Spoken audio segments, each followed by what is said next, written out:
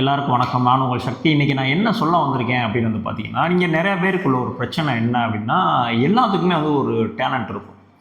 அது எதா வேணா இருக்கலாம். ஒரு ட்ரம்ஸ் ப்ளே பண்ணுறதா இருக்கலாம், ஒரு கிட்டார் வாசிக்கிறதா இருக்கலாம், இல்லை ஒருத்தன் கிரிக்கெட்டில் வந்து பெரிய ஆளாக இருக்கலாம், ஃபுட்பாலில் பெரிய ஆளாக இருக்கலாம், அவனுடைய வேலையில் வந்து அவன் வந்து கிங்காக இருக்கலாம். இந்த மாதிரி வந்து நிறையா விஷயங்கள் இருக்குது. ஸோ இதில் எல்லாத்துலேயுமே வந்து ஒவ்வொரு ஆளுமே வந்து திறமைசாலியாக தான் இருப்பான். ஆனால் சில பேர் வந்து பார்த்தீங்கன்னா திறமைசாலியாக இருந்துமே வந்து பார்த்தீங்கன்னா அவள் வந்து ஜெயிக்க மாட்டான் லைஃப்பில்.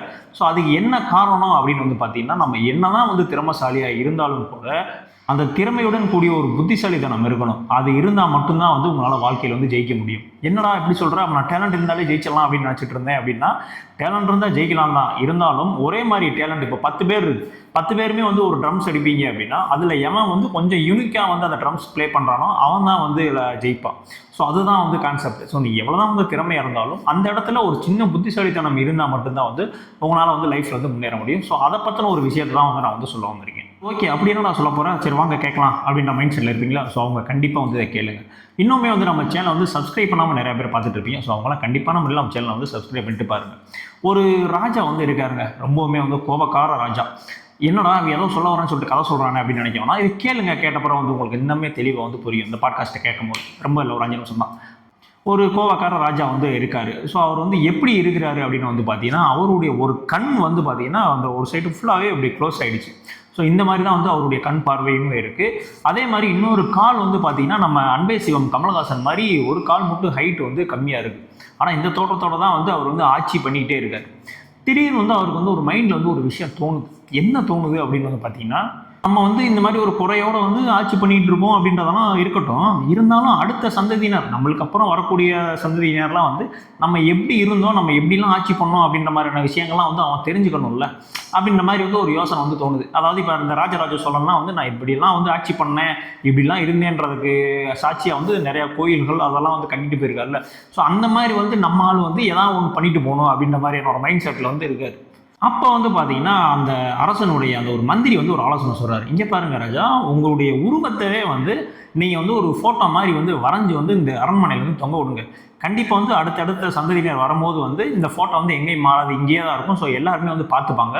பார்க்கும்போது வந்து அந்த ராஜா வந்து எப்படி இருக்கார், பாரா இப்படி இருக்காரு அப்படின்ற மாதிரியான விஷயம் வந்து எல்லாத்துக்குமே அது தெரிய வரும்.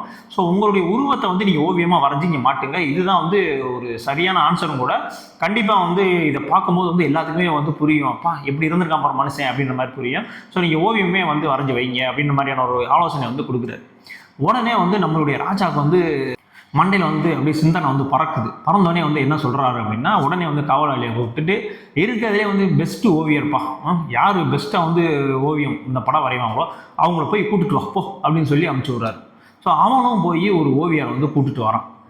கூப்பிட்டுட்டு வந்தோடனே வந்து அரசர் வந்து ஓவியர்கிட்ட வந்து சொல்கிறாரு, நான் எப்படி இருக்கணும், நான் அதே மாதிரி நீ எனக்கு வந்து வரைஞ்சி நீ கொடுக்கணும். அதை வந்து நான் என்னுடைய அரண்மனையில் மாட்டணும். அடுத்த வர சந்ததியினர் எல்லாருமே வந்து நான் எப்படி இருந்தேன் அப்படின்றத வந்து பார்த்து வந்து அவங்க பெருமைப்படணும் அப்படின்ற மாதிரி வந்து ஒரு டாஸ்க்கை கொடுக்குறாரு.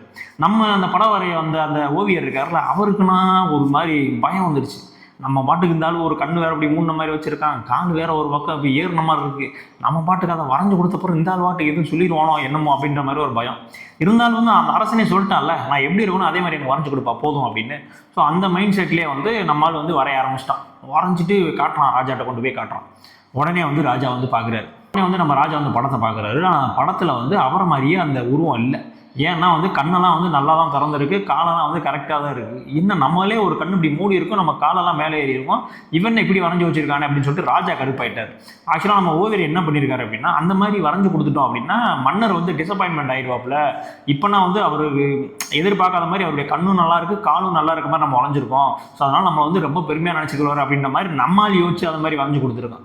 உடனே வந்து டென்ஷன் ஆன நம்ம மன்னர் என்ன பண்ணிட்டாரு அப்படின்னா, உடனே வந்து அவங்க கையை 2 கையுமே வெட்டி போடுங்க அப்படின்ற மாதிரி சொல்லி உடனே வந்து 2 கையுமே வந்து வெட்டி போட்டாங்க. உடனே வந்து இன்னொரு ஓவியரை வந்து கூப்பிடுங்க அப்படின்னு சொல்கிறாரு. உடனே காவலாளி ஊரில் போய் தேடி கொண்டு வந்து இன்னொரு ஓவியரை வந்து கூப்பிட்டு வந்துட்டான். ஸோ இதான் நிபந்தனை, நான் எப்படி இருக்கணும் அதே மாதிரி நீ வரைஞ்சி கொடுக்கணும், அவ்வளோதான், ஓகேவா அப்படின்ற மாதிரி சொன்னோன்னே சரிங்க அப்படின்னு சொல்லிட்டு இந்த ஓவியரும் வந்து அந்த அரசனுடைய உருவத்தை வந்து வரைகிறார். கரெக்டாக அவர் அரசர் எப்படி இருக்காரோ அப்படியே வந்து வரைஞ்சி கொடுத்துட்டாரு. உடனே வந்து இதை பார்த்தோன்னே அரசன் வந்து என்னன்னா ஒரு கண் வந்து நம்ம மூடி இருக்கு, கால் வந்து ஏறி இருக்கும், அதெல்லாம் தெரியுது. ஆனால் இவன் அப்படியே வந்து வரைஞ்சி வச்சிருக்கானே. இதை பார்க்கும்போது அடுத்த ஜென்ரேஷன்லாம் வந்து எனக்கு என்ன நினைப்பான், இவன் கண்ணு தெரியாத பையன் நொண்டி பையன் வந்து நினச்சிட மாட்டானா, யோ என்ன வரைஞ்சி வச்சிருக்க நீ, நான் என்ன சொன்னேன், என்னை அப்படியே இருக்கிற மாதிரி வரேன்னு சொன்னா என்னை அப்படியே நீ வரைஞ்சிருவியா அப்படின்னு சொல்லிட்டு இவன் 2 கையையும் வந்து வெட்டுங்கடா அப்படின்ற மாதிரி வந்து சொல்லிட்டாரு. இப்போ நம்மளுக்கே வந்து காண்டாவது இல்லை, டேய் நீ அதைத்தாண்டா வரைய சொன்னான், கரெக்டாக தான் நான் வரைஞ்சிருக்கேன், திரும்பி என்ன கையை வெட்டினேன் அப்படின்னு. ஸோ 3ஆவதாக ஒரு ஓவியர் வரலாம், அவன் தான் டுஸ்டே. திரும்ப வந்து மன்னர் வந்து இன்னொரு ஓவியரை கூப்பிடுங்கடா அப்படின்னு சொல்லிட்டு இன்னொரு ஓவியர் வந்து கூப்பிடுறாங்க. இந்த ஓவியருக்கு வந்து இதுக்கு முன்னாடி நடந்த அந்த 2 சம்பவமே வந்து தெரிஞ்சு போச்சு. ஸோ நம்மால் வந்து ரொம்பவுமே வந்து யோசிக்கிறான், என்னதான் டேலண்ட் இருந்தாலும் கொஞ்சமாவது புத்திசாலித்தனம் இருந்தால் தான் தப்பிக்க முடியும்னு சொன்னால. ஸோ அந்த புத்திசாலித்தனம் தான் இங்கே வந்து யூஸ் பண்ணுறான். யூஸ் பண்ணி அரசர் எப்படி இருக்காரோ அதே மாதிரி வரைஞ்சிட்டான். வரைஞ்சி வந்து அரசர்கிட்டையும் காட்டிட்டான். அரசர் ரொம்ப சந்தோஷம், இதைத்தான் நான் எதிர்பார்த்தேன், இந்த மாதிரியான ஒரு ஆர்ட்டை தான் நான் வந்து எதிர்பார்த்தேன், இது இருந்தால் போதும், எல்லா மக்களுமே வந்து என்னை வந்து இப்படி தான் இருந்தான், இப்படி இருந்திருக்கானோ அப்படி இருந்திருக்கானு சொல்லிட்டு அவங்களே வந்து பெருமைப்பட ஆரம்பிச்சிருவாங்க. நான் கூட என்னமோ நினச்சேன், பரவாயில்ல நீ பட்டைய கிளம்பிட்டு ஆள் சூப்பர்ப்பா, முதலே உன்னை கூப்பிட்டு தான் அவனுக்கு 2 பேத்துக்கு தண்டனை கொடுத்துருக்கான அவசியம்லாம் போயிருக்கும், சரி பரவாயில்ல அவங்க தலையெழுத்து தண்டனை வாங்கணும்னு இருக்குது அப்படின்ற மாதிரி சொல்கிறார். இப்போ வந்து பார்த்தீங்கன்னா இந்த மந்திரி காவலாளி இவங்களுக்கெல்லாம் வந்து ஆச்சரியம் தாங்கலை. ஏன்னா ஒருத்தர் இவரை மாதிரி இல்லாமல் கொஞ்சம் கரெக்ட் பண்ணி வரைஞ்சேன், அவன் கையும் இந்த ஆள் வெட்டி விட்டான், இவர் எப்படி இருக்காரோ அப்படியே வரைஞ்சி கொடுத்தான், அதை பார்த்தும் இந்த ஆள் வந்து கையை வந்து வெட்டி விட்டான், இவன் அப்படி என்னதான் வரைஞ்சிருப்பான், எப்படி இருந்தாலும் பாராட்டுறாப்லே அப்படின்னு சொல்லிட்டு எல்லாருக்குமே வந்து ஒரு ஆச்சரியம் இருக்குது. ஸோ அடுத்த நாள் காலையில் வந்து அந்த படத்தை வந்து ரிலீஸ் பண்ணுறாங்க, அவர் வரைஞ்ச படத்தை வந்து ரிலீஸ் பண்ணுறாங்க. ஸோ அதில் வந்து எப்படி அந்த ஆள் வரைஞ்சிருக்கான் அப்படின்னா, ஒரு கண் அப்படி மூணு மாதிரி அம்பை கையில் பிடிச்ச மாதிரி வச்சுருக்கான். ஆக்சுவலாக வந்து இந்த ஆளுக்கு ஒரு கண் இப்படி தான் இருக்கும், அது அப்படி என்ன இருக்கோ அதே மாதிரி தான் வரைஞ்சிருக்கான், அதில் எந்த வித மாற்றமும் கிடையாது. ஆனால் ஒரு அம்பை வந்து இப்படி கையில் ஏந்துற மாதிரியான ஒரு போஸில் வந்து இருக்காது. ஸோ அடுத்து வந்து கீழே பார்க்குறாங்க. கீழே பார்க்கும்போது வந்து பார்த்தீங்கன்னா ஒரு போர் வீரன் வந்து அங்கே இறந்து கிடக்கான், அவனுடைய தலையில் வந்து அந்த சின்னதாக இருக்க கால் வந்து அது மேலே இருக்கிற மாதிரியான ஒரு ஆர்ட்டை வந்து அப்படியே வரைஞ்சிருக்காரு. ஆக்சுவலாக வந்து அவருடைய கால் ஒரு சைடு ஏறினது தான், அவருடைய கண் வந்து இப்படி ஒரு சைடு மூடி தான் இருக்கும், அதில் எந்த விதமான மாற்றம் இல்லை. ஸோ அதில் அவருடைய புத்திசாலித்தனத்தை வந்து பயன்படுத்தி அவர் அப்படியே வரைஞ்சிட்டான். அது மட்டும் இல்லாமல் இவருக்கு வந்து ஒரு கண் வந்து இப்படி மூணு மாதிரி தான் இருக்கும், இவருடைய கால் வந்து குட்டை அப்படின்ற மாதிரியான விஷயங்கள் தெரியாத அளவுக்கு வந்து ஒரு கிரியேட்டிவிட்டியாகவும் அந்த ஃபோட்டோ வந்து இருந்திருக்கு. ஸோ இது எதுக்கு இப்போ இந்த கதை சொன்னேன் அப்படின்னா, 3 பேருமே வந்து பார்த்தீங்கன்னா ஓவியர் தான், 3 பேருமே வந்து சிறப்பாக படம் வரையக்கூடியவங்க தான், 3 பேருக்குமே வந்து அந்த டேலண்ட் இருக்குது. ஆனால் யார் வந்து அந்த புத்திசாலித்தனத்தை வந்து யூஸ் பண்ணாங்களோ ஸோ அவன் தான் வந்து அந்த இடத்துல வந்து ஜெயிச்சா நல்ல பேர் வாங்கலாம். ஸோ நம்மளுக்கு எவ்வளோ தான் வந்து ஒரு டேலண்ட்டு அதெல்லாம் இருந்தால் கூட அந்த டேலண்ட்டில் நம்ம ஒரு புத்திசாலித்தனத்தை செலுத்தினா மட்டும்தான் வந்து அந்த விஷயத்தில் வந்து நீங்கள் வந்து வெற்றி அடைய முடியும் அப்படின்றதுக்காக தான் வந்து இந்த கதை சொன்னேன். இதை சொல்கிறதுக்கு இதுக்கிட்டா இப்போ தன்னை வேறு கையெல்லாம் வெட்டினேன் அப்படின்லாம் கேட்க வேணாம்.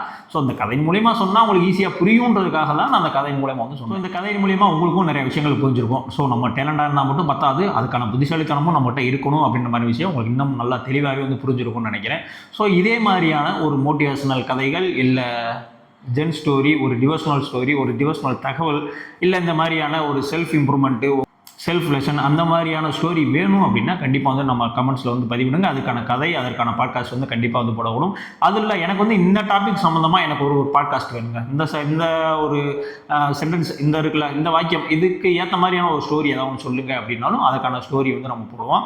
ஸோ ஓகே, இதே மாதிரியான அடுத்த ஒரு வீடியோவில் வந்து உங்களை வந்து சந்திக்கிறேன். அதுக்கு முன்னாடி நம்ம சேனலை சப்ஸ்கிரைப் பண்ணாங்க, கண்டிப்பான முறையில் நம்ம சேனலை வந்து சப்ஸ்கிரைப் பண்ணுங்க.